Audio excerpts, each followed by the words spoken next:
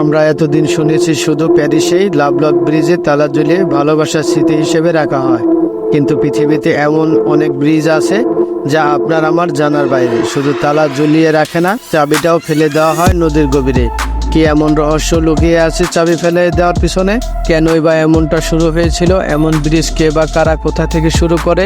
পৃথিবীতে ভালোবাসার নামে এমনও ব্রিজ আছে যা আপনি শুনতেই আপনার দম বন্ধ হয়ে আসবে, যেখানে শুধু তালা নয়, মাথার ব্রেন, জুতার ফিতা, এমনকি ইয়ারফোনও ঝুলিয়ে রাখা হয়।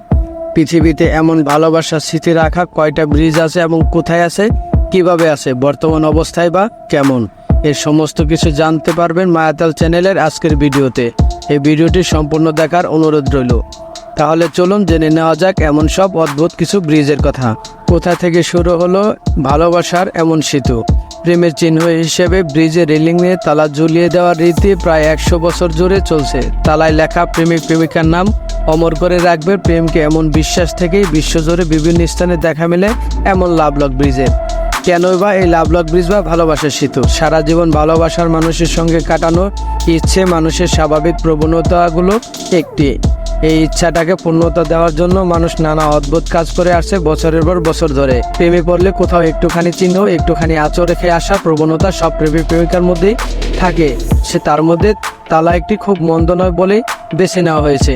লাভলক বা প্যাডলক ব্রিজ অনেক প্রেমিক প্রেমিকের জুটির কাছে পবিত্র স্থানও মনে করে। অনেকে বিশ্বাস করে এই ব্রিজগুলো তাদের প্রেমকে অমর করে রাখবে। প্রেমিক জুটি লাভলক ব্রিজে যায়, নিজেদের নাম তালায় লিখে সেই তালাটি আটকে রেখে আসে ব্রিজে। চাবিটি ছুঁড়ে ফেলে দেওয়া হয় নদীর ভিতর। কিন্তু একটা কথা বারবার মাথায় ঘুরপাক খাচ্ছে, চাবি কেন নদীর ভিতরে ফেলে দেওয়া হয়?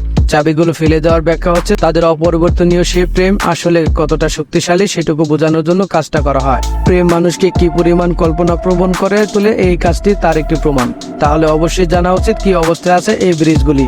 গত 25 বছর ধরে পর্যটকদের কাছে জনপ্রিয় লাভলক ব্রিজগুলোর দশা খুবই করুণ অবস্থা। পর্যটকদের উপচে পড়া ভিড় আর তাদের ঝুলে রাখা তালার ভারে এসব স্থানের রক্ষণাবেক্ষণের খরচ বিশাল হয়ে দাঁড়িয়েছে। তা সত্ত্বেও এসব রীতি বাস্তবে আসলে প্রেমকে কতখানি মাধুর্যমণ্ডিত করে অথবা ভালোবাসা কতদিন টিকে থাকে সে ব্যাপারে অবশ্য নিশ্চিত হওয়া যায় না।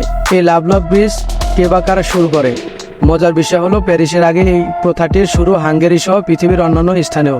কিন্তু যেহেতু প্যারিস ভালোবাসার শহর হিসেবে সমাদিত, তাই এই ঐতিহ্য শহরটি খ্যাতি এনে দিয়েছে। প্রেমের প্রতিটি বিষয় প্যারিসের সময়ের সঙ্গে লুফে নিয়েছে বলে এই রীতি এখানে প্রচন্ড জনপ্রিয়তা পেয়েছে।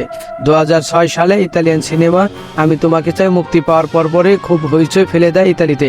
সেখানে একটি দৃশ্যে দেখা যায় প্রেমিক প্রেমিকার তালার উপরে তাদের নাম লিখে রুমের পন্থে মিবিওতে ব্রিজে ঝুলিয়ে রেখে যাচ্ছে তারা এবং চাবি ফেলে দিচ্ছে নদীর গভীরে।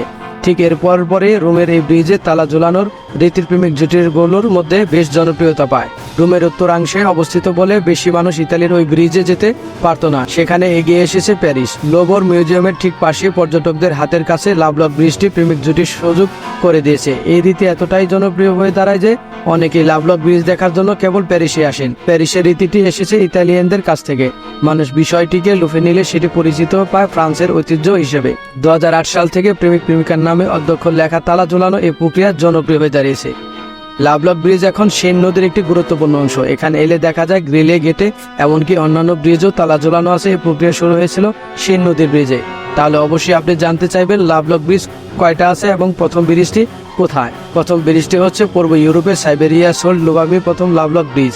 কেউ যদি সারা জীবনের জন্য অটুট কোনো প্রেমের সম্পর্কে বিশ্বাস করে, তার কাছে প্যারিসের লাভলক গল্পটি রোমান্টিক মনে হয়। প্যারিসের সেন নদীর উপর এই লাভলক ব্রিজে গ্রিলে তালা ঝুলিয়ে দেওয়ার রীতিটি খুবই জনপ্রিয়। প্রেমিক যুগলের কাছে ব্রিজটি প্রার্থনা স্থলের মতো। যুগলেরা তালার উপর তাদের নাম লিখে সেটি ব্রিজে ঝুলিয়ে দিয়ে চাবিটি ছুঁড়ে ফেলে দেয় নদীতে। এই রীতিটুকু প্যারিস ছাপিয়ে বিশ্বজুড়ে রোমান্টিক মানুষের কাছে জীবনভর অটুট প্রেমের প্রতীক হিসেবে জনপ্রিয়তা পেয়েছে। প্যারিস ভ্রমণ সম্পূর্ণ থেকে লাভলক ব্রিজের সাথে দেখা না হয়, তবে প্যারিস মানে কেবলই সেন নদীর উপরে লাভলক ব্রিজ নয়। 1864 খ্রিস্টাব্দ পর্যন্ত নিউ ইয়র্কে আছে ব্রুকলিন ব্রিজ।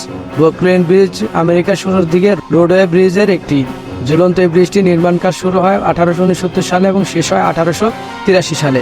লাভলক ব্রিজ হিসেবে এই ব্রিজটি প্রেমিক জুটির কাছে খুবই জনপ্রিয়। এখানে শুধু তালা নয়, বিভিন্ন ধরনের হেয়ার ব্যান্ড, জুতার ফিতা, হেডফোন বেঁধে রেখে যায় ঘুরতে আসা লোকেরা। লাভলক ব্রিজের শুরু প্যারিস ইতালিতে হলো। কে সর্বপ্রথম ব্রুকলিনের প্রথম প্রচলন করেছিলেন সে ব্যাপারটি এখনো অজানাই রয়েছে। বিশেষজ্ঞরা ধারণা করেছিলেন প্রতিদিন যেভাবে তালার পরিমাণ বাড়ছে তাতে খুব শীঘ্রই তা ব্রিজের জন্য ক্ষতিকর হয়ে দাঁড়াবে। 2014 সালের মে মাসে অতিরিক্ত তালার ভারে ব্রিজের একটি অংশ ভেঙে পড়লে বোঝা যায় ব্রিজের রেলিং অতিরিক্ত এই ভার বহন করার জন্য বানানো হয়নি। এরপর ঝুঁকি এড়াতে আনুমানিক 45 টন ওজনের তালা ব্রিজটি থেকে সরিয়ে ফেলে প্যারিস সরকার। এখন তালা ঝোলানোর বিষয়টি নিরুৎসাহিত করে এই প্রথাকে নিষিদ্ধ করতে যাচ্ছে কর্তৃপক্ষ। ব্রিজগুলো তালার ওজন বহনের সমর্থন নয় বুঝতে পেরে 2014 সালে জানুয়ারি মাসে প্যারিসে বসবাসকারী দুজন আমেরিকান প্রথম লাভ উইদাউট লক নামে একটি ক্যাম্পেইন চালু করেন। ব্রিজে তালা ঝোলানোর রীতি অনেকটি বেশি প্রভাব বিস্তার করায় তালা ঝোলানোর ঝুঁকি মানুষকে বোঝানোর বেশ কষ্টসাধ্য ছিল।